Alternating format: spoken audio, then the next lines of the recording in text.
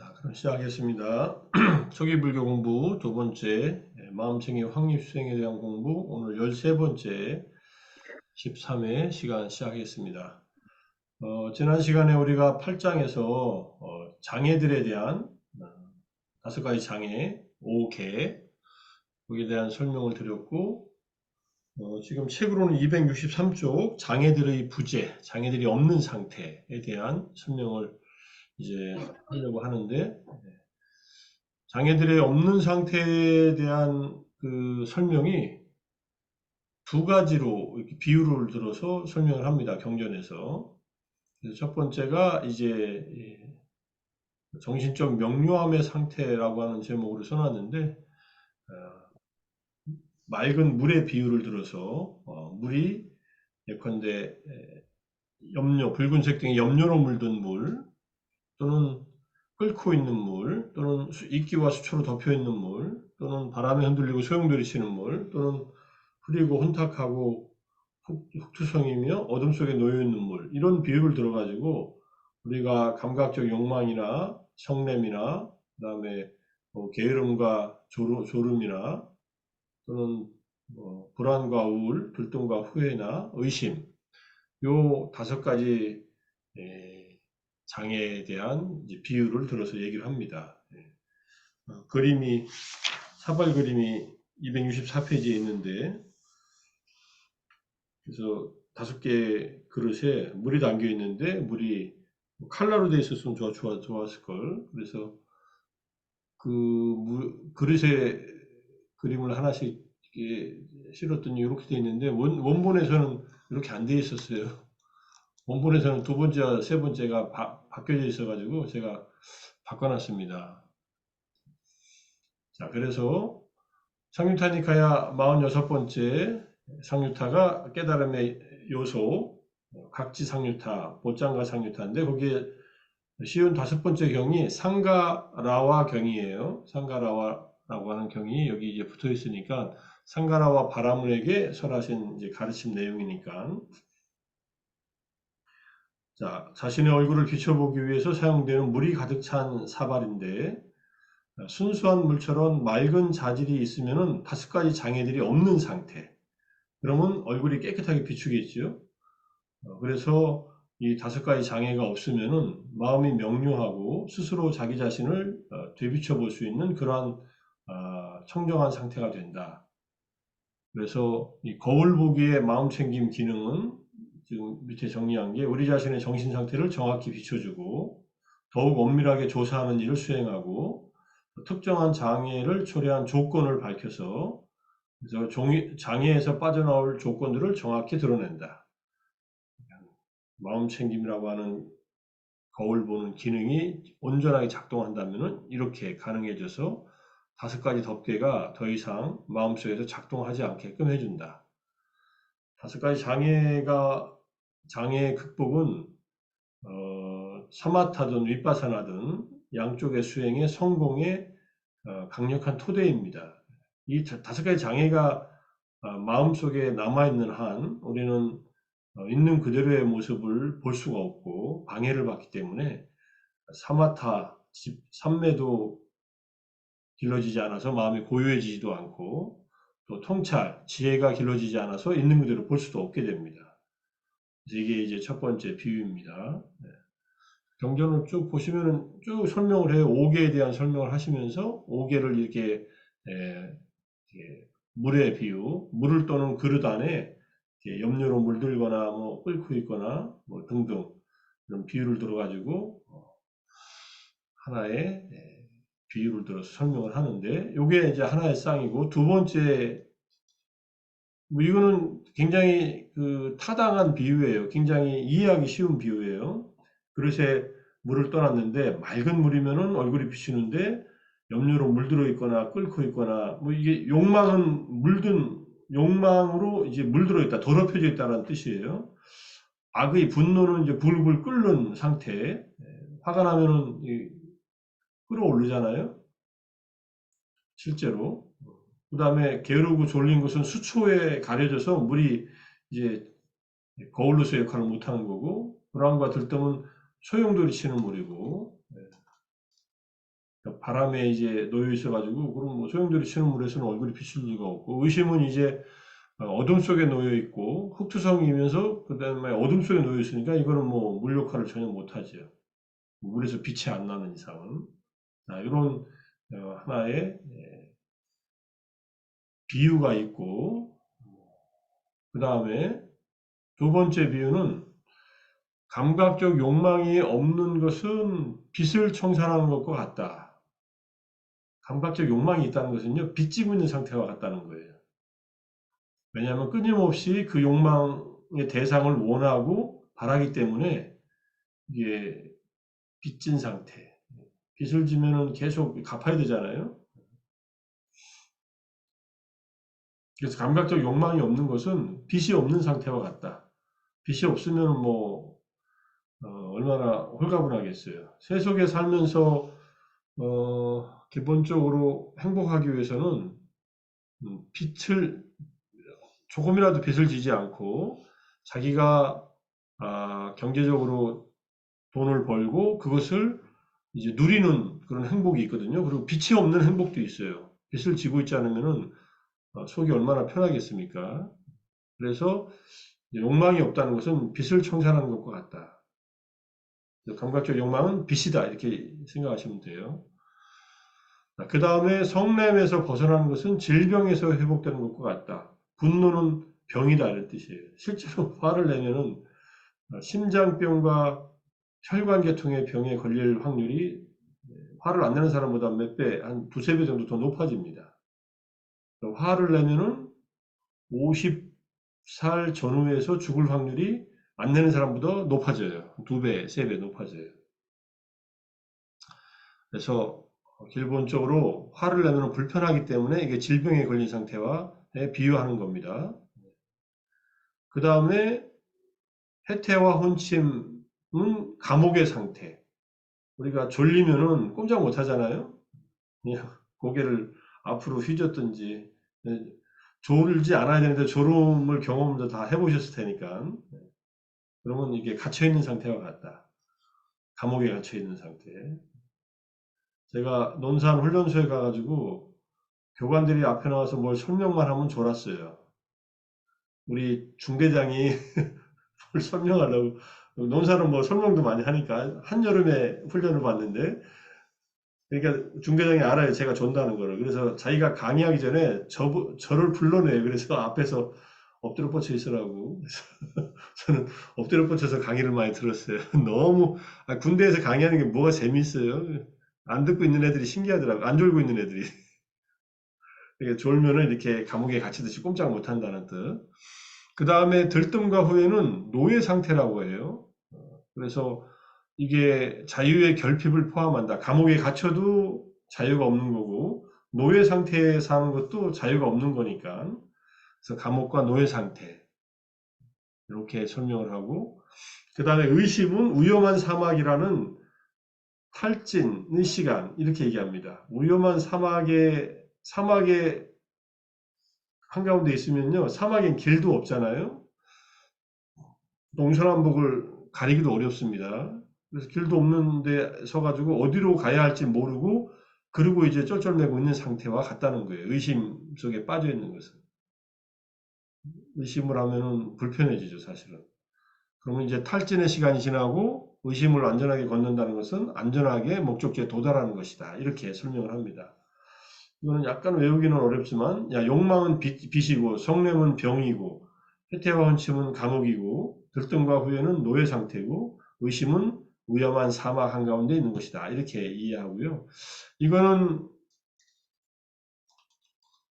사문과경에 나와요. 이 사문과경에 제가 여기에 지금 69번에 사문과경을 보면은 다섯 가지 장애에 대한 얘기를 하고서 68에 욕심으로부터 마음을 청정하게 합니다. 등등 쭉 나오고 나서 대왕이요. 예를 들면 이때 대왕은 아자타사트 왕이잖아요. 대왕이요. 예를 들면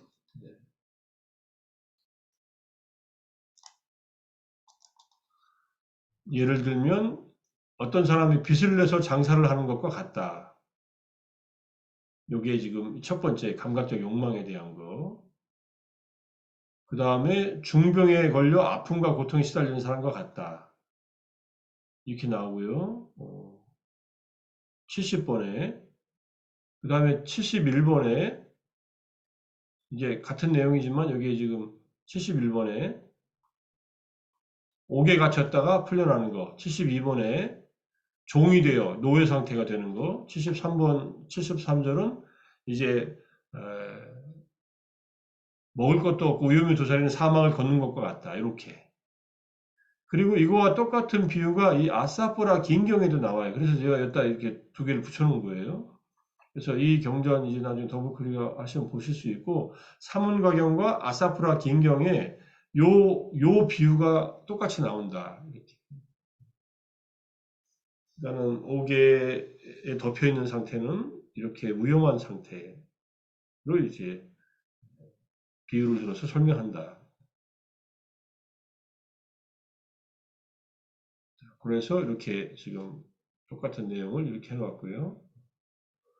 이제 아사프라 긴경을 내용을 조금 보면은 이제 책에는 없지만은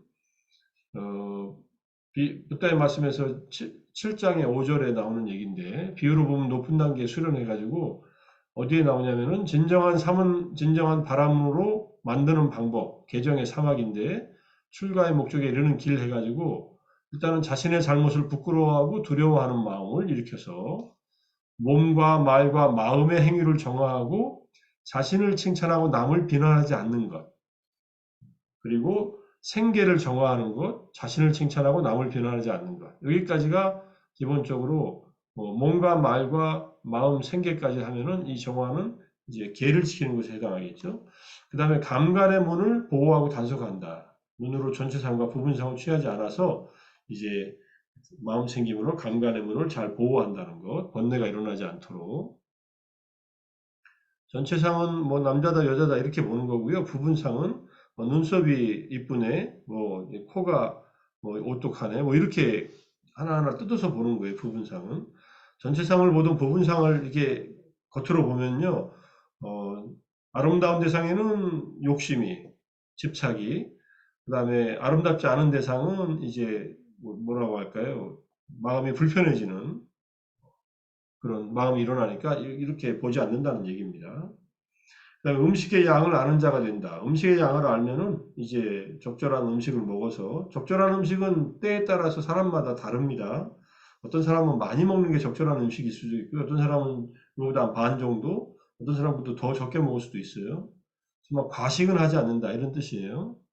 그 다음에 밤낮으로 깨어 있음에 전념한다. 이때 깨어 있으면 진짜 잠을 안 자고 있는 거예요. 자가리타라고 해서 낮에는 잠을 자지 않지만 밤에도 자지 않고 정진한다는 그런 뜻이고, 그 다음에 마음 챙김과 분명한 알을 갖춘다. 일상생활에서 알아차림을 하는데, 그 다음에 외딴 처수에서 5장애를 극복한다. 여기에 이제 욕망은 빚이고, 악에는 질병이고, 게으름과 저름은 감옥이고, 불안과 후회는 노예 상태, 의심은 사막길에 비유한다는 얘기가 여기 나옵니다. 아사프라 긴경. 저도 이 비유를 이제 분명히 붓다의 말씀에서 강의하면서도 봤는데, 지금 이제 아날라 예수님은 이 사문가경에서 이 비유를 가져와서 설명하고 있습니다. 똑같은 비유예요.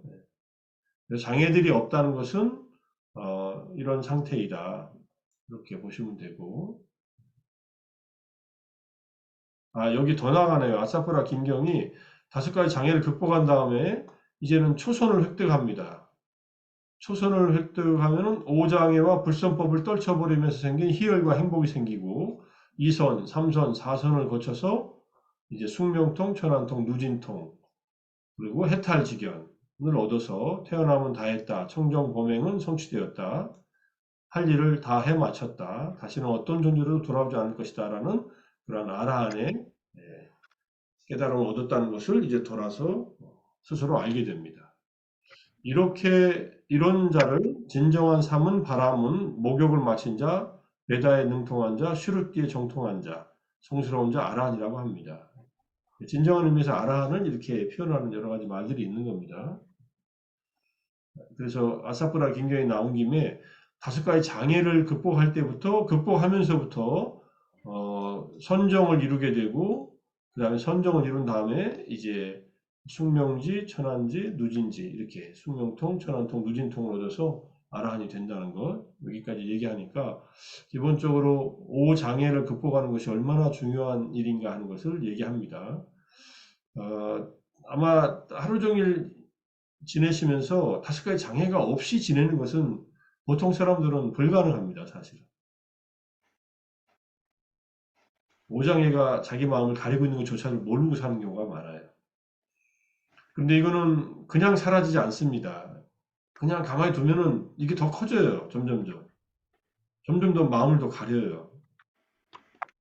수련되지 않고 닦여지지 않은 마음에는 5장애가 기본적으로 이게 작동을 하기 시작하기 때문에 그래서 우리가 명상, 수행이 성공하기 위해서는 5장애는 반드시 가라앉히고 비활성화시키면서 하는 그 과정을 거쳐야 된다. 이렇게 보시면 돼요.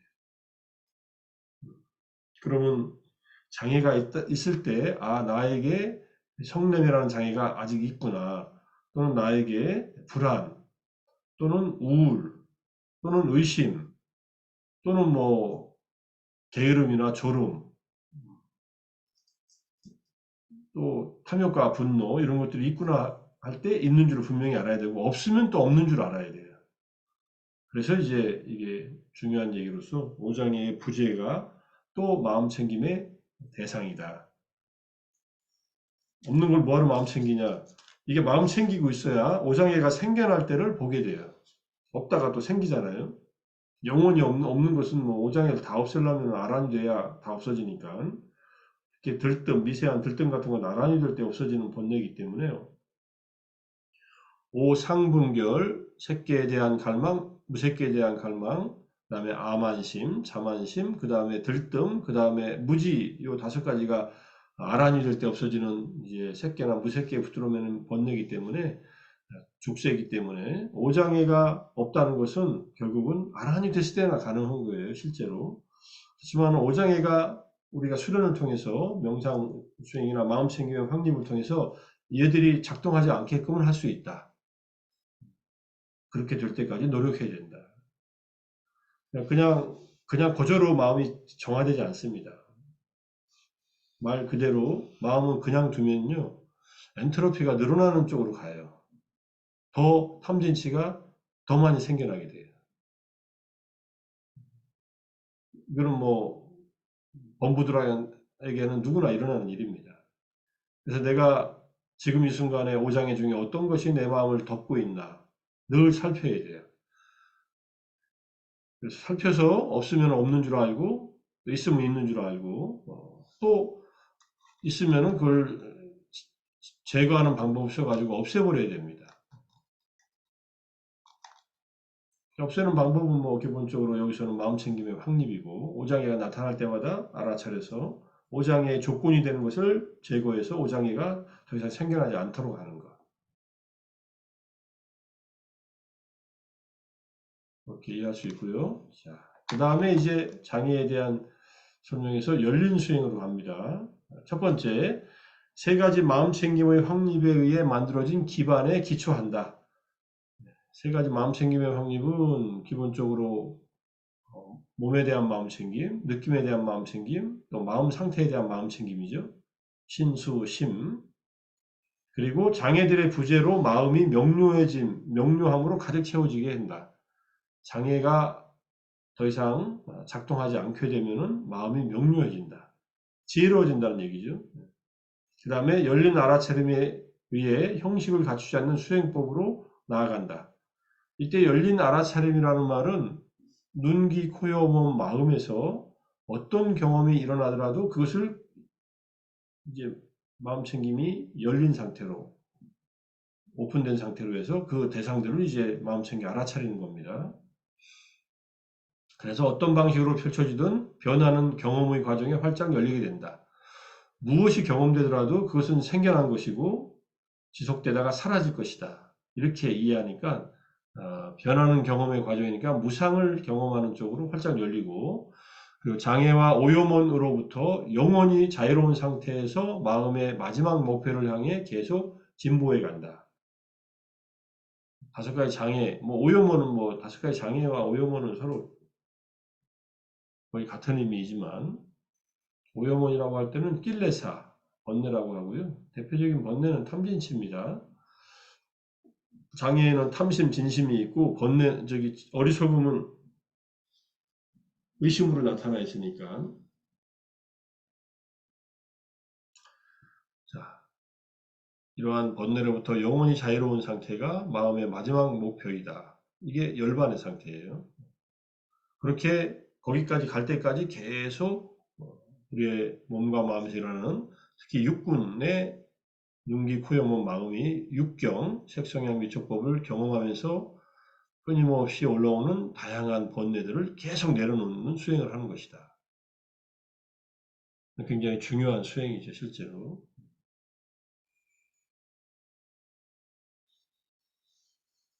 열린 수행이라고 하는 말은 사티파타나 수행에서 특히 어떤 대상을 특별히 정하지 않고 심신의 모든 경험에서 올라오는 것들, 경험하는 것들을 그냥 그대로 보는 거예요. 그때. 마하시 방법을 하면은 가장 두드러진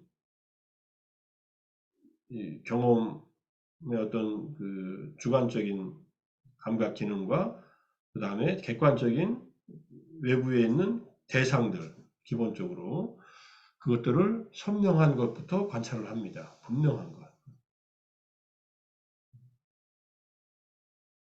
여기 수행하는 대로 하면은 그냥 뭐 나름대로 해부적인 요소나 4대 요소나 죽음의 명상이나 이런 것들을 통해서 계속 이제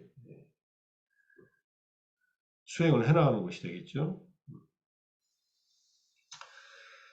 자, 열린 수행 굉장히 중요하고요. 결국은 우리가 어떤 것이 일어나도 그 일어난 경험하고 있는 대상들은 놓치지 않고 마음 챙겨 알아차리고 관찰해 간다.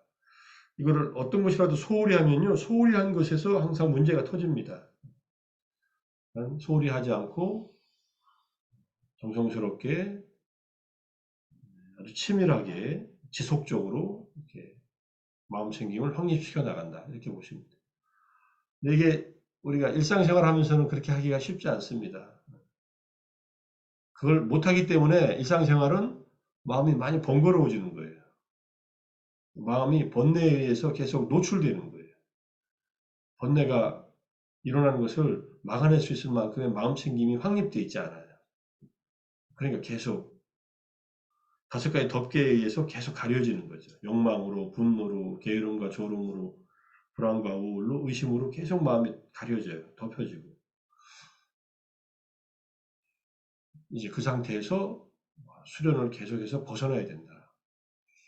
자, 장애들에 대한 명상이 바퀴축의 한 기여, 어떤 기여를 했느냐 하는 것을 보면은 266쪽에 우리 몸 전체에 대한 알아차림과 함께하는 정신적인 명료함이다. 이는 곧 물이 담긴 사발의 비유로 설명되는 오용으로부터 자유로운 정신적 명료함.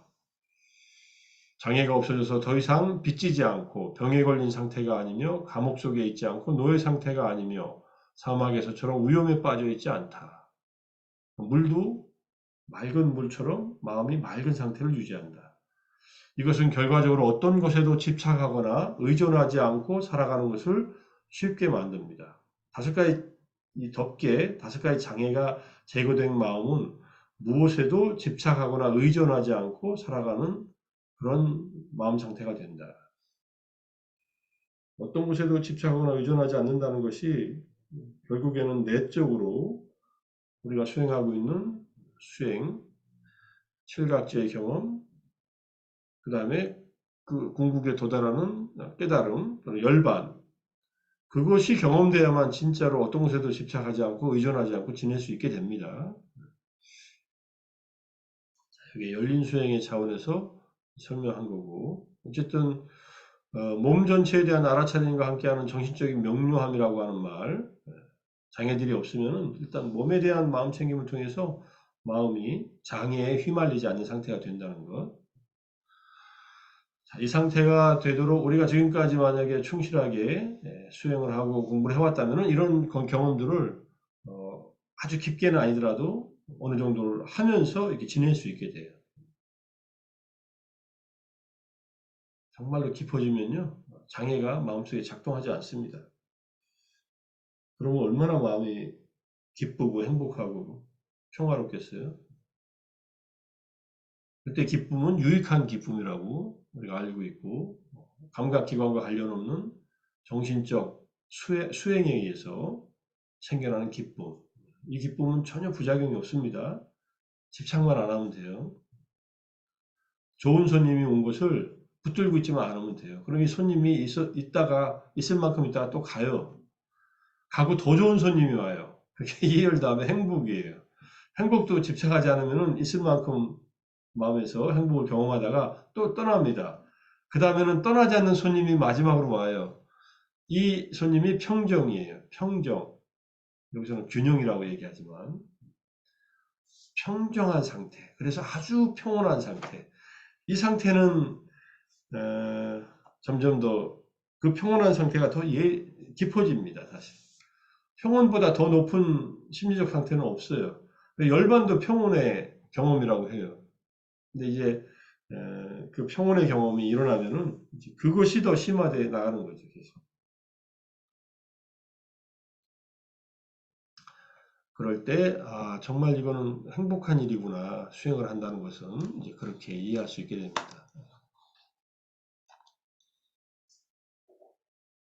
자, 마지막으로 이제 요약해서 말씀드리겠습니다. 요약은 뭐, 그냥 267페이지 요약문 전체를 갖다 실어 놓더라고요. 이거는 요약은 뭐, 기본적으로 요약한 거니까 한번 읽어보겠습니다. 요약이 끝나고 나서 이제 5개를 어떻게 극복하는가에 대한 주석서의 내용들을 설명하겠습니다.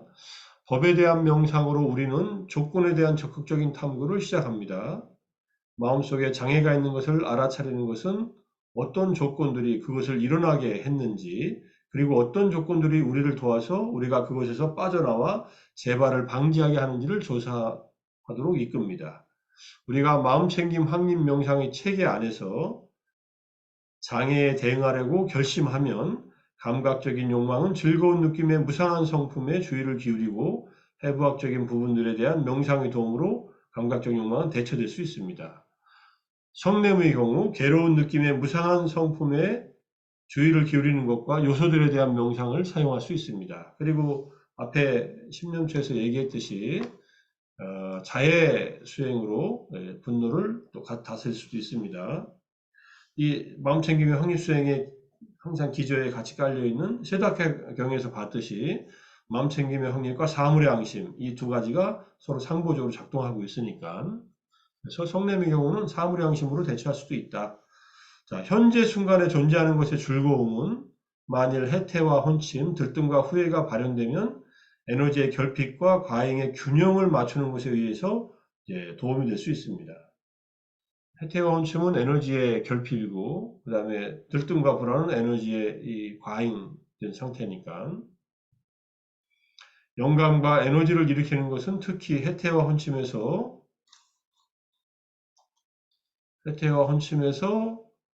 벗어나기 위한 적절한 수단입니다. 한 가지에는 이 호흡이 나의 마지막 호흡일 수 있다고 생각하여 들숨에 주의를 기울이는 것.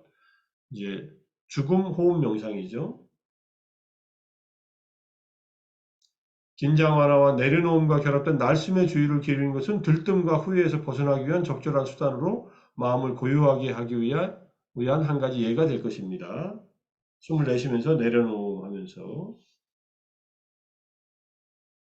뭐 내려놓는다는 말이 저는 이제 내려놓으면서 나에게 해롭고 그 다음에 여러 가지 내 마음을 힘들게 하는 번뇌들을 내려놓는다 이런 마음으로 탐진치를 내려놓는다고 생각하시면 돼요. 기본적으로 의심을 다루는 방법은 실제로 수행하는 동안이나 아니면 뒤이어 조사하는 것이다. 수행하는 동안에 의심이 일어나면은 수행하는 동안에 의심 알아차리지만 아 지금 의심이 일어나고 있구나 하고서 명상이 끝나면은 이 의심의 내용을 한번 분석해보자 이렇게 한다는 얘기입니다. 자, 장애들의 부재 오늘 공부한 장애들이 없는 상태는 주의를 끌만한데 마음은 염려가 섞이지 않고 끓는 지점까지 가열되지 않으며 수초가 무성하게 자라지 않고 바람에 의해 휘저어져 있지 않으며 탁하지 않고 어둠 속에 놓여 있지 않은 순수한 물처럼 명료하게 될 것입니다. 어떤 장애에 압도되는 것에서 벗어나는 것은 빛을 청산하고 감각적 욕망이 없고 질병에서 회복되며 성냄이 없으며 감옥 상태, 이게 해태와 혼침, 게으름과 졸음이고 노예 상태는 이제 들뜸과 후회죠. 불안과 회한에 잠기는 것. 여기서 풀려나고 그 다음에 위험한 사막을 안전하게 걷는 것. 위험한 사막은 의심이라고 하는 위험한 사막이니까 안전하게 걷는 것과 같이 기뻐할 경우이다.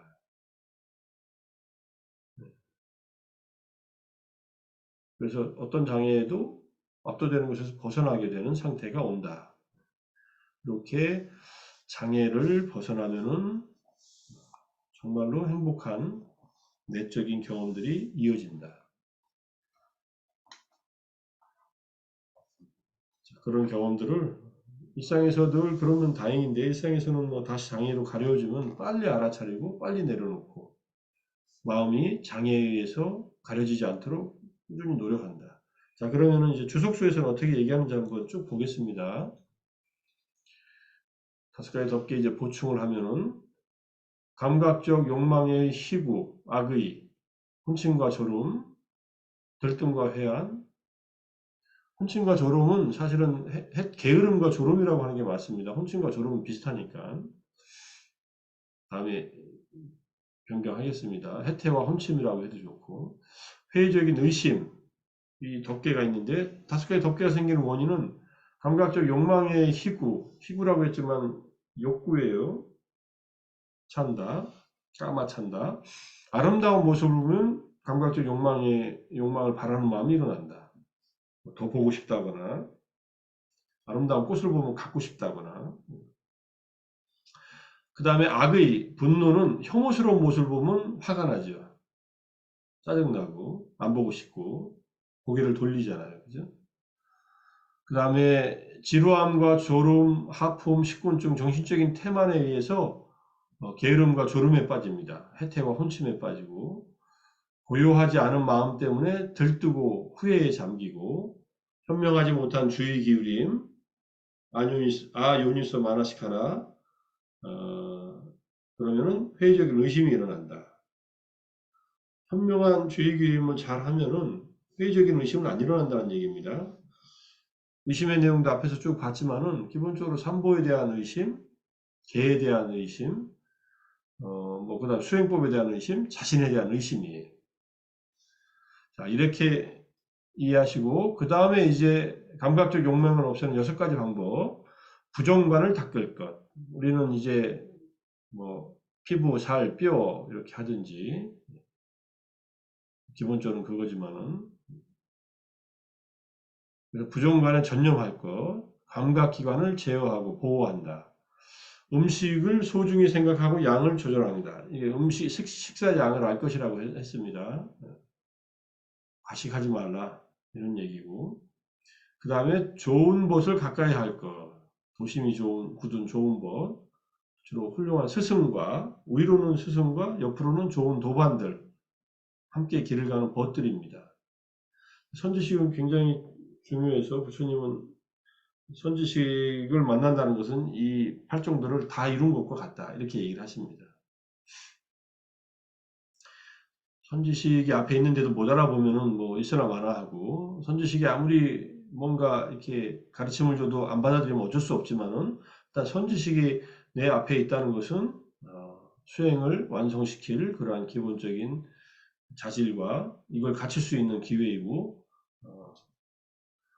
수행을 다 이룬 것과 같다고 이렇게 말씀하는 겁니다. 해가 뜨기 전에 동쪽 하늘이 이미 밝아지듯이 좋은 스승이 있다는 것은 그와 같이 수행을 시작하기 전부터 수행의 성공이 보장된다 이런 뜻입니다. 아시다시피 스승이 수행해주지 않습니다. 도반들도 수행 안 해줍니다. 수행은 내가 하는데 끌어주고 함께하는 이 좋은 벗들이 있다면 훨씬 쉽다는 얘기예요. 이거 부처님께서 굉장히 강조한 얘기고, 그래서 나는 열심히 수행했는데 왜 아직도 이 모양이 이 꼴이지 하면은요, 잘 생각해 보세요. 나 혼자 내가 하고 싶은 대로 했는가? 누군가 나보다 나은 그다음에 수행법을 제대로 알려주는 분의 안내와 가르침을 통해서 했는가? 그거 바로 찾아낼 수 있습니다. 그래서 자기식대로 하는 것을 뭐 피할 수는 없어요. 다 자기식이 되니까. 그런데 그 자기식으로 굳어지기 전에 누군가로부터 제대로 배웠는가. 경전에 쓰여 있는 것도 좋지만은 그 쓰여 있는 내용을 정확하게 이해해서 실제 수행과 결합시켜서 함께 할 수 있는 그러한 좋은 선지식을 찾았는가. 이걸 고민해 봐야 된다는 겁니다. 안 찾으면요. 자기 혼자서 잘 할 수 있으면 다행이고, 안 하거나 잘 못할 가능성이 높아져요. 그래서 함께, 그래서 상가라는 공동체를 만들어서 출가한 제자들을 거기서 이제 수행하도록 서로 도우면서 가르치고 묶어두면서 이렇게 상가라는 조직을 만든 겁니다. 교수님, 예, 여기서 전에도 한번 이렇게 질문 드렸었는데, 음식을 소중히 생각하고 양을 조절한다라는 것은 앞에 감각기관 제어라는 것이 있는데, 굳이 또다시 음식을 굉장히 중요시 여기는 것 같은데, 네. 그 이유를 어떻게 설명할 수 있을까요? 감각기관을 보호할 때는요, 맛있는 음식을 탐하는 것을 이제 조절하는 거겠죠? 미각을 갖다가 한다면. 근데 음식의 양을 조절하는 것은 음식은 내가 많이 먹을 수도 있고 적게 먹을 수도 있는데 과식을 하면은 이제 욕망에 빠지든지 졸음에 빠져요, 사실은. 그래서 그리고 이제 때 아닌 때 음식을 먹으면 또 마찬가지고. 그래서 여기서 보잔의 마타뉴타라고 하는 말은 음식의 양을 자기가 잘 맞춰서 먹으라는 그런 뜻입니다. 우리 네, 특히 이제 수행하는 스님들이나 수행자들 보면요. 낙이 없어요, 별로. 감각적으로. 그러면 먹는 것에만 이렇게 잘못하면 빠질 수 있어요. 낙이 없다는 말은 뭐 보이는 것, 들리는 것, 뭐 냄새 맡는 것, 이런 것들로는 뭐 그냥 다 절제된 삶을 사는데 음식은 이게 먹을 수 있는 만큼 먹을 수 있거든요. 근데 이걸 조절을 안 하면은 몸도 병이 나고, 그 다음에 게으름에 빠지고, 욕망도 더 일어난다. 이런 뜻입니다. 부처님은 이걸 굉장히 일단 네, 기본적으로 알겠습니다. 강조를 하셨어요. 음식을 양을 알아서 적절하게 먹어라. 적절하게 먹으라고 했지 적게 먹으라고 한 건 아닙니다.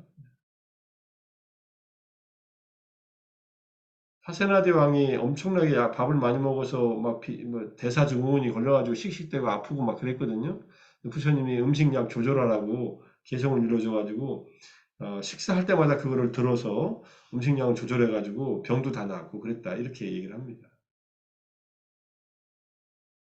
요즘에는 못 먹어서 물론 여러 가지 문제가 생겨서 어려움을 겪는 사람들도 여전히 있지만 너무 많이 먹고 안 움직이고 과잉 영양 섭취가 문제가 되는 경우가 많아요.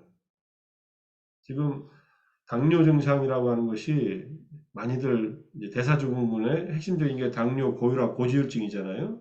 이게 전부 다 영양가 높은 음식들 많이 먹고 뭐 탄수화물 많이 먹고 그다음에 움직이지 않고 계속 앉아 있는 생활이나 운전하는 생활이나 이런 것들을 하면은요 대사증후군 옵니다.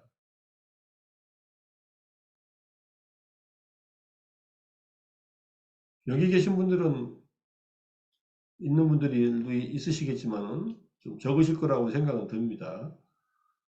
근데 대부분 나이가 꽤 들어가면은 저도 대사증후군 바로 그 직전까지 왔었어요. 한 3년, 4년 전만 해도 맨날 보건소에 불려갔었어요. 3개월마다 와서 체크하라고 인바디 위에 올라가서 이 뭘 검사하고 요즘에는 안 해요. 이제 없어졌어요, 사실은.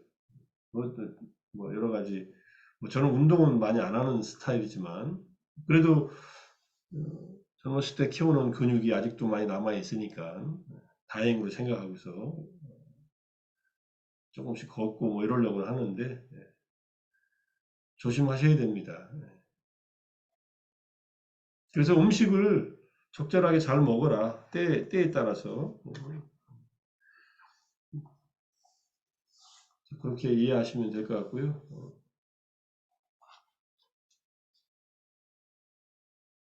그 다음에 좋은 법, 그 다음에 욕망에 대한 말을 피하고 욕망을 제어하는 말을 할까. 이게 적절한 말도 굉장히 중요해요. 계속 5번, 6번은 계속 다른 데도 다 똑같이 들어가 있습니다. 그러니까 좋은 스승이나 도반들과 함께 이 다섯 가지 덮개를 극복할 수 있는 그러한 좋은 말들을 하면서 법에 대한 말이나 또는 침묵을 지키면서 생활하라는 그런 얘기입니다. 그 다음에 분노를 없애는 6가지 방법, 자해명상을 닦을 것, мет다, 니미타, 싸우까 해가지고 자상을 획득할 것. 자상을 획득한다는 말은 자해를 통해서 어느 정도 삼매를 얻는다는 뜻입니다.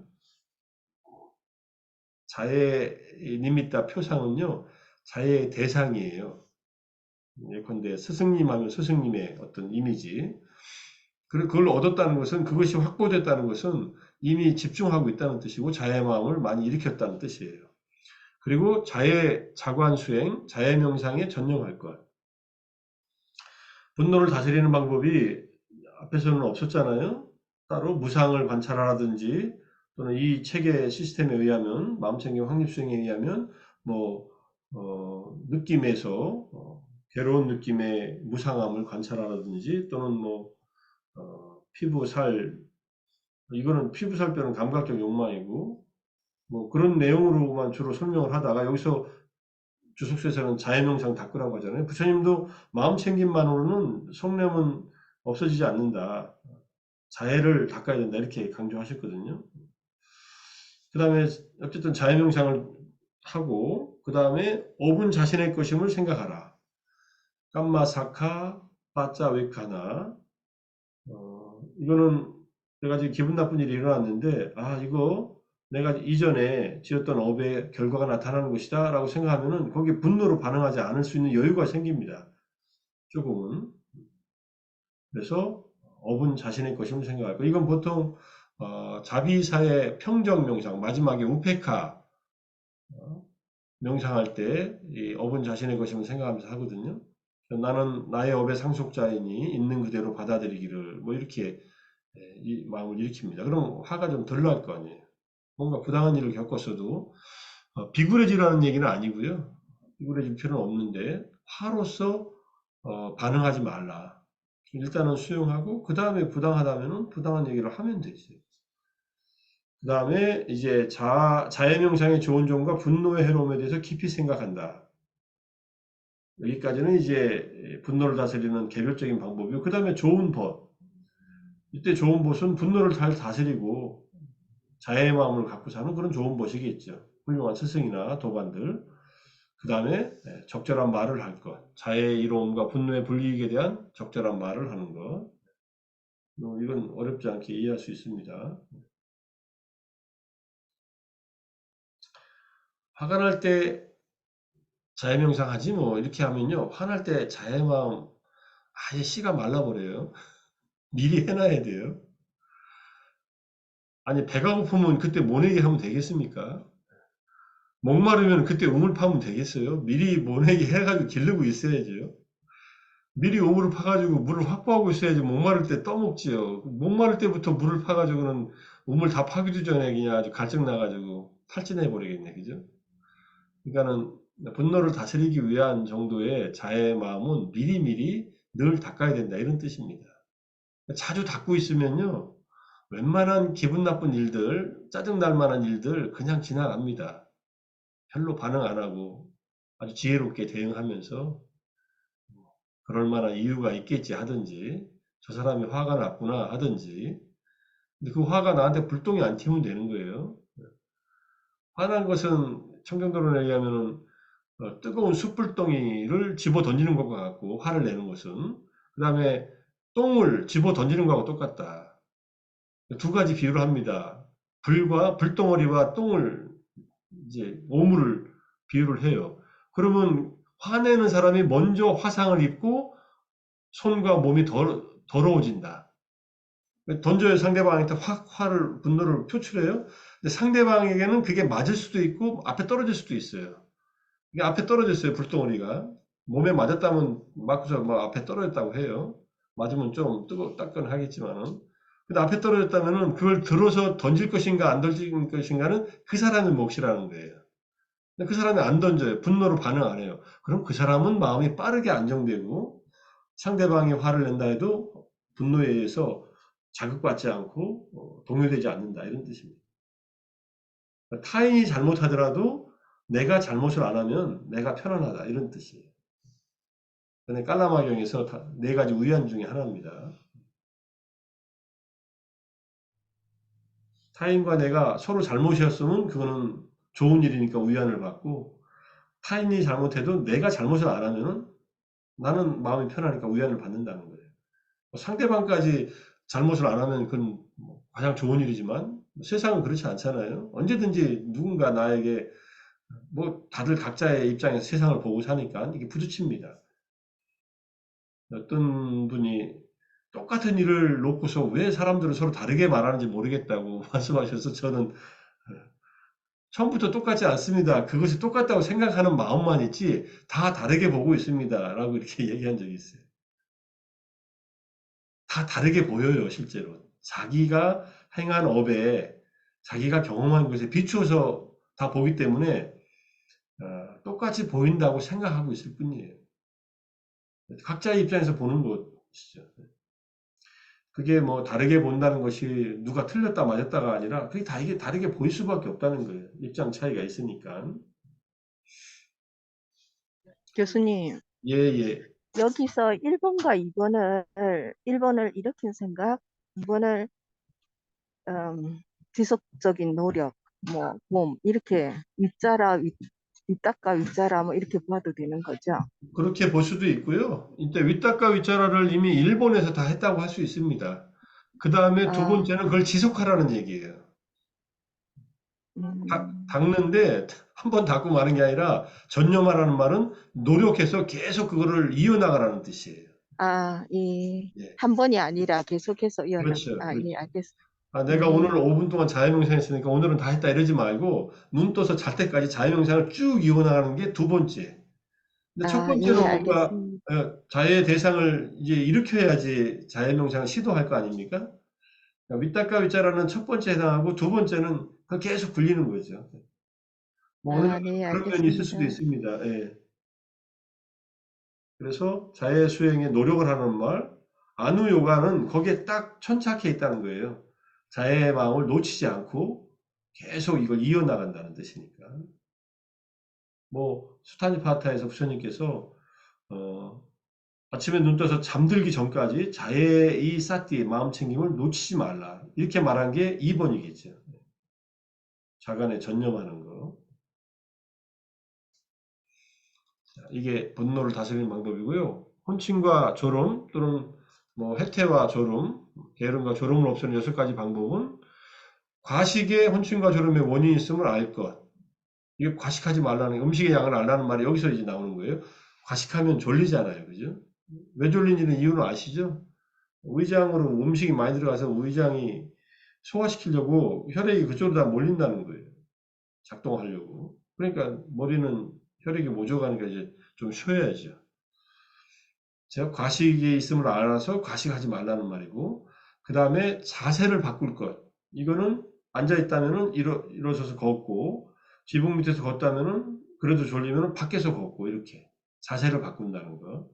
그 다음에 광명상을 닦을 것. 이걸 이제 안 하려 했으면 마음을 명료하게 한다. 이런 뜻으로 얘기했으니까, 알로카. 마음에 불을 켜는 겁니다. 눈을 감고서 태양빛을 생각하든 달빛을 생각하든 마음을 명료하게 하는 수행을 한다. 뭐 죽음에 대한 명상도 마음을 명료하게 하는 데 도움이 되죠. 죽음 명상은 광명상은 아니지만 자, 아까 자세를 바꾸고 해서 나왔지만 지붕이 없는 곳에서 수행할 것, 노지에서 수행할 것. 노지에서 머물면 좀 덜 졸리겠죠. 졸릴 때는 노지고 뭐고 없습니다. 아무 때나 졸지만은 노지에서 수행해도 졸려요. 그럴 땐 좀 잘하고 얘기를 합니다. 부처님은 매정하게 끝까지 그냥 뭐 하라고 안 해요. 세수도 하고 뭐 이런저런 얘기를 하는데 여기 지금 이제 앞에서 이미 얘기했지만은 그 모칼라나 존자가 졸려가지고 헤맬 때 졸음을 극복하는 방법 이미 얘기했잖아요. 마지막으로는 육체적으로 피곤해서 졸리면은 좀 자고 시간을 정해놓고 쉬고 그 다음에 수행하라. 그 다음에 선지식을 만나서 적절한 말을 하면서 이 게으름과 졸음, 해태와 혼침을 극복한다. 이거는 뭐 당연한 말이죠. 그다음 들뜸과 우울, 불안과 회한을 없애는 6가지 방법, 가르침을 많이 배울 것, 바후스타타 많이 들을 것, 해도 되는 일과 해서는 안 되는 일을 두루 물을 것. 왜냐하면 해도 되는 일을 안 하거나 해서는 안 되는 일을 하면은요, 이게 불안해지잖아요. 안정되지 못해 후회에 빠지죠, 또. 그다음에 계율을 잘 이해하고 있을 것. 계율에 대한 분명한 알미 있으면은 계율을 어기는 일을 안 하게 되고 후회에 빠질 일이 없게 되겠죠. 그 다음에 계를 잘 이해하고 지키는 연장자와 함께 지낼 것, 장로를 가까이 모실 것. 뭐 이런 장로들도 모시고 사는 것이 그 5번하고도 연결될 수 있지만은 특히 장로를 모시고 살면은 그분들의 어떤 그런 충고와 가르침에 의해서 들뜨거나 후회할 일은 안 한다는 얘기고요. 그 다음에 5번은 마찬가지로 좋은 것을 가까이 하고 6번은 적절한 말을 할 것. 각각의 덮개를 극복하는 데 도움이 되는 말을 주고받을 것. 자, 그 다음에 의심을 없애는 6가지 방법, 회의적 의심. 앞에 하고 비슷합니다. 부처님 가르침을 많이 배울 것. 그때는 많이 듣는 거였죠. 많이 듣고 외우는 것. 삼보에 대한 의심이 있으면 질문을 하여 의심을 풀 것. 의심이 나는 부분이 있으면 질문하라는 얘기예요. 널리 물을 것. 계율을 잘 이해하고 있어야 의심이 훨씬 줄어든다는 것. 그 다음에 삼보의 진실함에 대한 믿음을 기를 것. 신심을 많이 닦을 것. 이 믿음은 맹목적인 믿음은 아닙니다. 그렇지만은 붓다가 갖고 있는 덕목, 담마의 6가지 덕목, 상가의 6가지 덕목을 계속 이렇게 마음속으로 일으키면서 삼보의 진실함, 세상에서 의지할 만한 3가지 대상이 있다면 불법승 삼보다. 그리고 진짜 의지할 만한 대상은 법보 중에 열반이다. 이렇게. 법보 중에 최상의 법, 담마인 니빠나 외에는 없다. 이걸 이제 마음으로 받아들이면 돼요. 니빠나에 이르게 하는 다양한 가르침을 주신 부처님, 믿을 만한 대상이고, 그리고 그 부처님의 가르침을 따라서 그 길에 전문적으로 들어선 아리아 상가, 성자가 된 출가한 스님들, 또는 붓다의 법을 설명해주는 그런 좋은 스승들, 이런 사람들을 믿으라는 얘기예요. 특히 삼보에서는 이제 불법성 삼보니까 상가는 그때 출가한 스님들 중에서 이제 깨달음 얻으신 성자인 상가, 깨달음 얻었는지 모르니까 우리는 일단은 상가의 스님들을 존중하고 존경하고 마음으로 믿는 겁니다. 그런 믿음을, 신뢰감을 받은 스님들은 신뢰감을 받고서 사람들에게 법을 나누고 그들을 이제 어려움에서 벗어나도록 이끌어줘야 되겠지. 자, 그래서 이제 그 다음에 이제 선지식을 가까이 하고 삼보에 대한 신심이 지극한 좋은 것을 가까이 하고 그 다음에 적절한 말을 통해서 의심의 해로움을 이해하고 의심을 없애는 일에 이로움을 이제 서로 나눈다 이런 뜻입니다. 네, 이렇게까지 보고 나서 덮개에 대해서 제가 하나 생각이 일어나서 반야신경에 보니까 이제 산스크리트 반야신경이고요. 여기 한문 밑에 있고 그 다음에 영어도 있고 우리말도 있습니다. 여기서 반야신경에 보디 이 무소듣고 보리살타의 반야 바라밀다고 신무가해라는 말이나 신무가해 요것 때문에 제가 무가해라는 말이 요게 찌따 아와라나입니다. 찌따 아와라나가 없다라는 뜻이에요. 우리가 말하는 오장애는 니와라나예요. 근데 여기서는 아와라나라고 되어 있어요. 근데 이게 의미가 같아요. 기본적으로. 장애물이고 걸림. 여기서 마음에 걸림이 없고 장애가 없다. 근데 무가해라는 말이 이제 걸림과 장애라고 했는데 실제로는 장애입니다. 장애. 아와라나. 그러니까는 보살이 반야바라밀다를 행하셔 반야바라밀다에 의지하면은 이게 지혜의 완성에 의지하고 있으면 이게 지혜가 작동하고 있으면은 마음이 오장애가 없어진다 이런 뜻이에요. 그러니까 우리 초기 불교하고 똑같죠, 그죠? 그래서 마음에 걸림이 없으면 무가해고 무유공포, 공포가 없고 그다음에 원리 전도몽상, 전도된 의식, 상라가정의 네 가지 전도된 생각과 그다음에 꿈과 같은 생각을 벗어나 구경열반, 끝내 열반에 도달한다. 근데 보살이 왜 열반에 도달할까? 보살은 붓다가 돼야 되는데 이렇게 이해할 수도 있는데 어쨌든 구경 열반에 이르는다. 그 다음에 삼세 제불의 반야 바람일다고 그 다음에 뭐죠? 득 안욕 따라 삼약 삼보리 이렇게 나오죠. 삼세 제불은 안욕 따라 삼약 삼보리를 얻는다 이렇게 나와요. 그래서 이 말이 생각나서 반야신경이 맨 앞에 조견, 오운, 개공까지가 딱 나오고 오운이 다 공한 것을 비춰보고 비춰보았다 해서 끝나요. 도일체고액은 산스크리트에서는 없어요 원래. 그거는 이제 현장 스님이 오운을 비춰보니 오운이 공하다는 것을 비춰보니까 고통이 다 없어졌다는 것은 열반에 도달했다는 말이에요. 거기서부터 이미 공에 의한 지혜로. 근데 이제 원문에는 없으니까 거기서부터 시작해서 여기까지 오는 걸 보면은 반야경의 내용은 기본적으로 초기 불교의 내용의 또 다른 해석일 수 있다. 물론 그 안에는 오온이 공하고 수상행식 역부요시하고 그 다음에 뭐 하나하나의 12처, 18개 뭐 등등 사성제, 12연기 전부 다 공하다는 얘기를 쭉 가잖아요. 유의법, 무의법 다 공하다고 하는 원리에 동일하게 있기 때문에 기본적으로 생사와 열반은 둘이 아니다라는 그런 불의사상에 놓여 있지만은 어쨌든 반야바람일 때 의지하는 보디사트바는 마음에 장애가 없다는 것. 이 장애가 없어야 보살이 보살행을 제대로 하고 있다는 것. 이렇게 이해하면 돼. 그러니까 보살행을 해도 장애가 없어야 되고요. 우리가 사마타 위파사나를 하려고 해도 장애가 없어야 된다. 이런 뜻이에요. 장애가 있으면 내면을 정화시키는 사마타도 위파사나도 일어나지 않고 장애가 없는 상태에서는 보살행도 할 수 없다. 이렇게. 그래서 그냥 이건 제가 하나 추가에 넣어봤습니다. 자, 여기까지 이제 장애 설명 끝내고요. 뭐 질문 있으면 하셔요.